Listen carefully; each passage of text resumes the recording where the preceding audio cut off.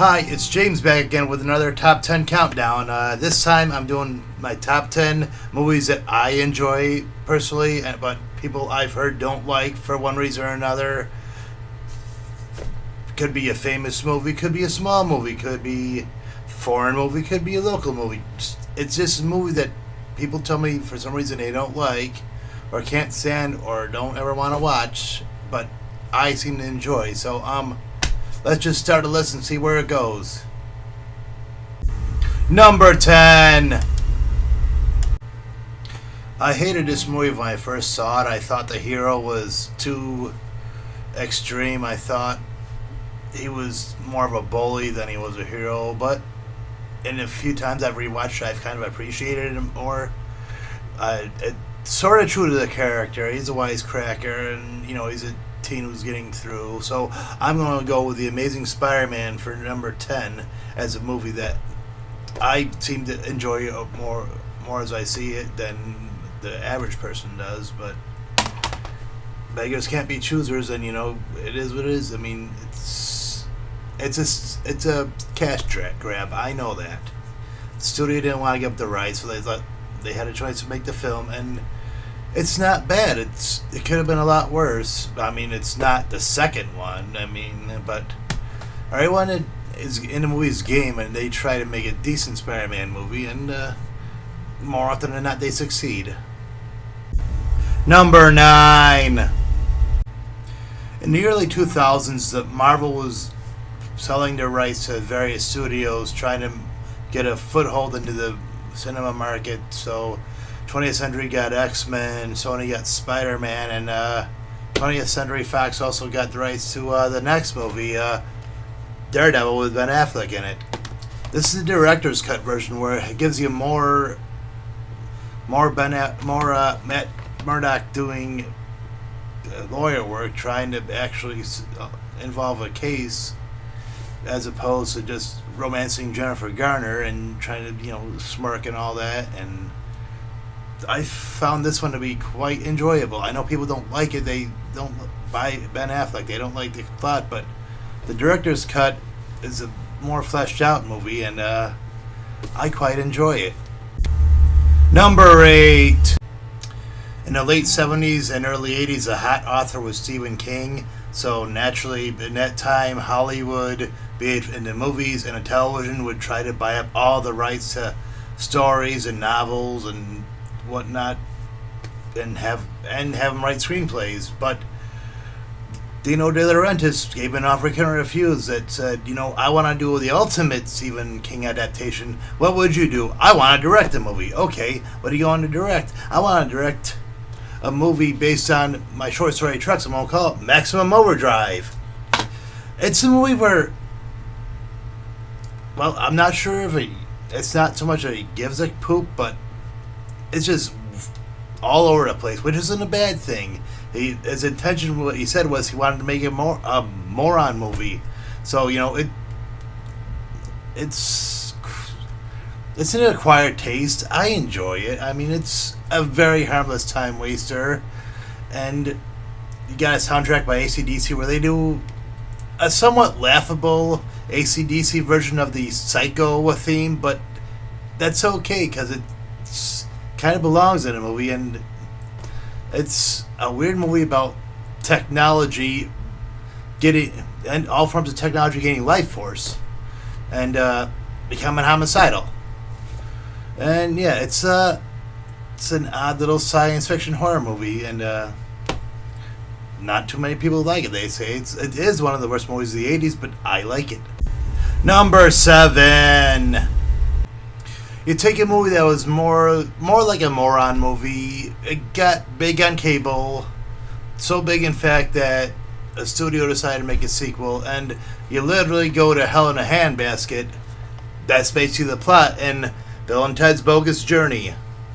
I like it a lot better than Excellent Adventure because it goes for the kitchen sink. It goes for all it can. I mean, when you have a scene where you're getting thrown over the edge by robot doubles, and in the end you make another set of robot doubles to beat up the original robot doubles, or when you go to hell and your version of hell is having your grandma kiss you, or having a drill instructor have you do infinity for push-ups, and your big scene is takeoff on the seventh the seventh seal. You can't beat that. It's you feel guilty for liking it, but darn if you don't like it. Number 6.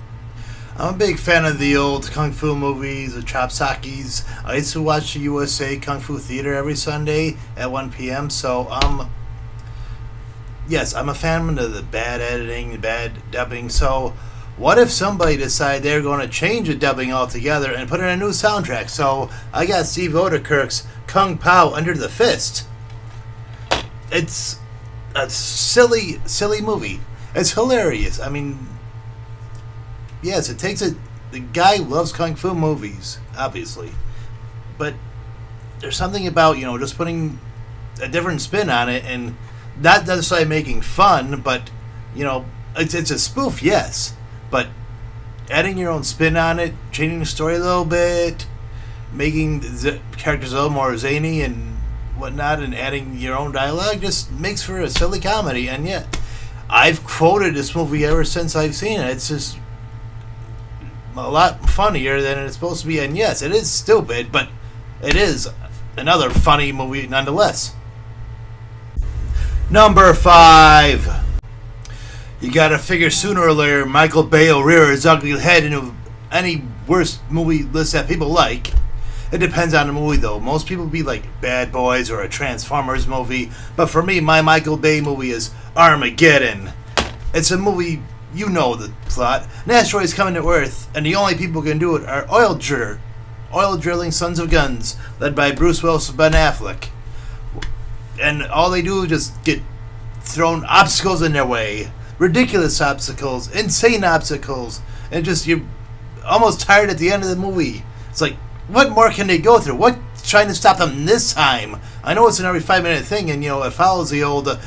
It would be best if it was a serial movie, like just cutting to pieces and shown every week. But I'll be darned if I don't like the movie.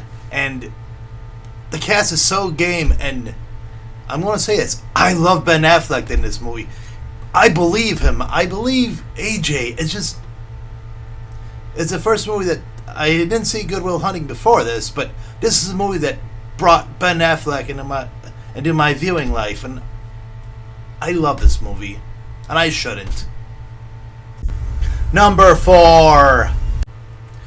In 45 seconds of the start of Flash Gordon, the villain starts destroying the world and starts a journey to send it into hell in a handbasket, and the only one who can save it is the quarterback of the New York Jets, played by a very green Sam Jones. I had not seen Star Wars till 1983, so up until then, Flash Gordon was the go-to movie for me. I used to watch it every time it was on HBO. Well, everyone is enjoying themselves in this movie. They know it's just a science fiction movie, and they're all having fun. Especially Timothy Dalton. He's pretty much Errol Flynn. And you can't beat the soundtrack by Queen either. Not by a mile, so yes.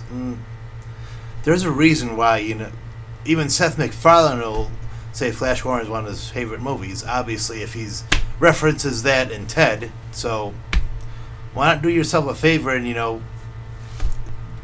have a throwaway night and watch Flash Gordon. Number 3.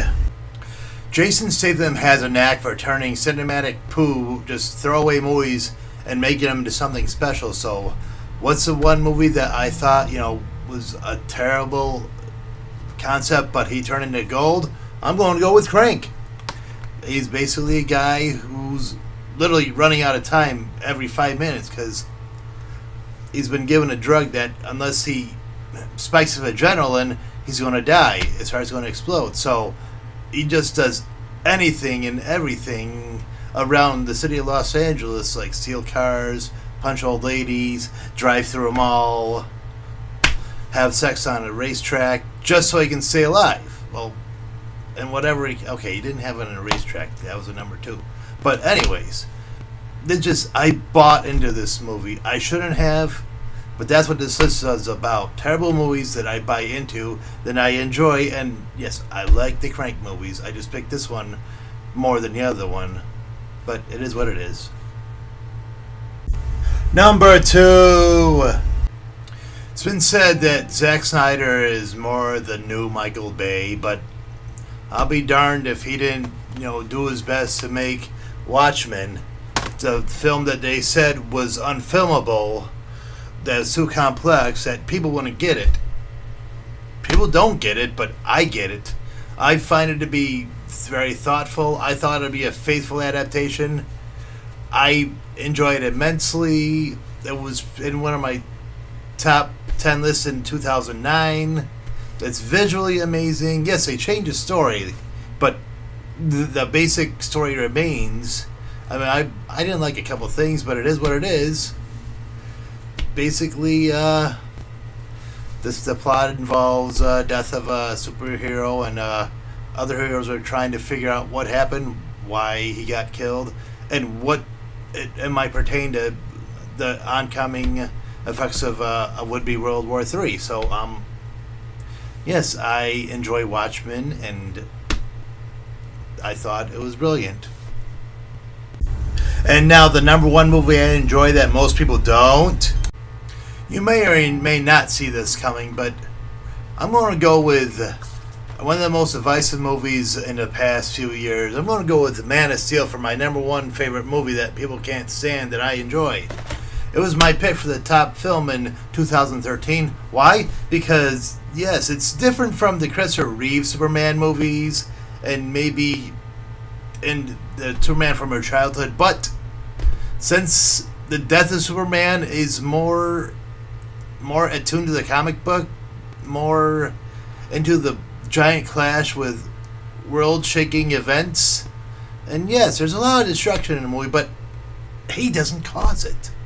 He's trying to do what he can to prevent it. It's not like he's like, I'm going to throw a building at Zod. No, he's trying to stop Zod, and Zod's he's the one causing most of the destruction. He's just trying to stem the loss of life, but he can't help it. But, it's more than just destruction. It's about a man who's trying to figure out who he is, where he comes from. And, yes, he's different. He knows he's different, but it's not stopping him from doing what he can. And, most of his life, he's had to keep it hidden because the world might fear him. And it's just, I bought into this whole movie. It's one of my favorite movies. It kind of touches a chord. And I think Henry Cavill is great as Superman / Clark Kent. And I am unapologetic about how much I dig this movie. I got a poster hanging up in my wall of Man of Steel, and I'm not going to take it down. I have figures from Man of Steel. And yes, Man of Steel is one of my favorite movies. Hand to my heart. Okay, that was my top 10 movies that people don't enjoy that I seem to like. If you have any comments, you probably know my addresses, or just leave a comment below. Thanks for watching, and we'll see if I can do another top 10 video some other time.